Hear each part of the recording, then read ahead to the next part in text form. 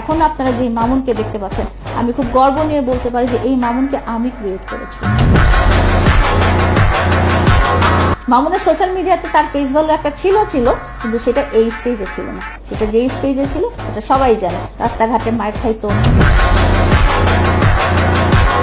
কোন জায়গায় মার খেতো না, রাস্তাঘাটে গিয়ে ও বলে তো যে লায়লার জন্য সম্মানহানি হয়েছে, ওর সম্মানটা কোথায় ছিল? আমার প্রশ্ন হচ্ছে যে তোমার সম্মানটা কোন দিক দিয়ে ছিল? তুমি নাচো গাও, সেই হিসেবে তোমাকে তো কেউ মিডিয়া কর্মী হিসেবে ধরেই না, মেইন মিডিয়া কর্মী না। তুমি লাইকিতে নাচো গাও, সেই হিসেবে তুমি যখনই রাস্তায় বের হও তোমার লোকজন পিটাইতে আসে,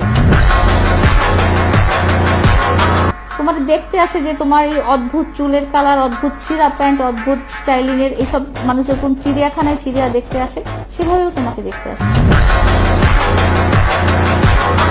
এটাকে তুমি যদি বলো যে সম্মান, তাহলে আমার সম্মানের সংজ্ঞাটাই তাহলে ভুল।